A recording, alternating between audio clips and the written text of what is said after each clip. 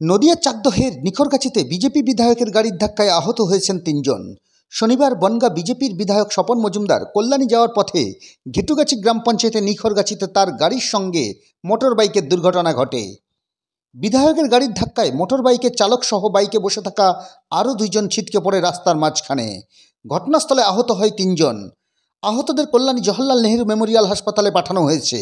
এই ঘটনার প্রতিবাদে বিধায়কের গাড়ি ঘিরে রাস্তায় গাছের গুঁড়ি ফেলে পথ অবরোধ করে বিক্ষোভ দেখালো স্থানীয় বাসিন্দারা।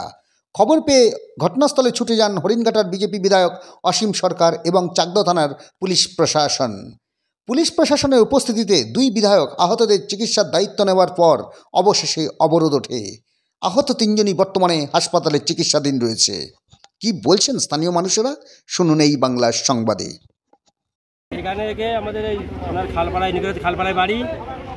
অর্জুন ওনার যারা স্ত্রী এবং মেয়ে এবং ছেলে ছিল, নাম আছে অর্জুন মল্লিক। হ্যাঁ, আমাদের খালপাড়ায় বাড়ি। হ্যাঁ, এই যে আমাদের রাস্তাটা এখানে ৩-৪ ফুট উঁচু নিচু। হ্যাঁ, এবার ওর গাড়িটা আসছিল, এমএলএ গাড়িটা ব্রিজ থেকে আসছিল, হয়তো দেখিনি, উঠছে, আর যদি গাড়ি স্পিডে এসে গাড়িটা ঠেলে নিয়ে ওদের পিছিয়ে নিয়ে চলে গেল। আচ্ছা, তারপর কি হলো? ৩ জনই কি আহত? ৩ জনই আহত, মারাত্মক আহত। মারাত্মক। তারপর কি হলো? এখন মোটামুটি 3 জনই অজ্ঞান, জ্ঞান ফিরেনি কারোর। এভাবে তাই হাসপাতালে নিয়ে গেছে, এখন কি হবে ঠিক নেই। কোন হাসপাতালে নিয়ে গেছে? নিয়ে গেছে জওহরলাল থেকে গেছে। নাম কি? অর্জুন বাবুর ছেলের নাম কি যে চালাচ্ছিল? রাজা মল্লিক। রাজা মল্লিক। আর হচ্ছে বউয়ের নাম, স্ত্রীর নাম কি? পদ্ম মল্লিক।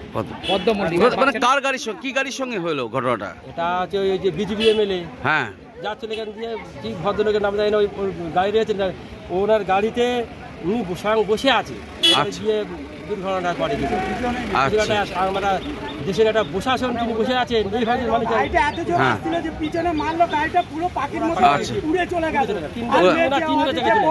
তিনজনই না? আচ্ছা, দাঁড়ান আমি ধরবো দাঁড়ান। আচ্ছা, আর বলছি যে দাদা, এরা কি মোটরসাইকেলে ছিল? মোটরসাইকেলে ছিল। এরা কোথায় যাচ্ছিল? বিরোহী যাচ্ছিল। যাওয়ার পথে এই জায়গাটা নিকরগাছি মোড়ে। কি আপনার নাম? আমার নাম বরুণ সরকার। ঠিক আছে। আপনারা কি বিধায়ককে ঘিরে বিক্ষোভ দেখালেন? হ্যাঁ। বিধায়ককে কতক্ষণ আটকে রেখেছিলেন? আটকে গেছে। তারপর পুলিশ এসে আপনাদের? পুলিশ এসে সবার প্রশাসন, সবার কথা নিতে হবে। আচ্ছা, নেওয়ার পরে আপনারা ছেড়ে দেন। ঠিক।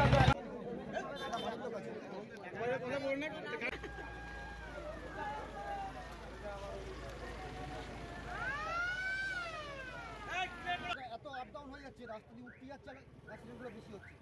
এইগুলো একটু দেখবেন আপনারা, ঠিক আছে স্যার? ও দেখেছে।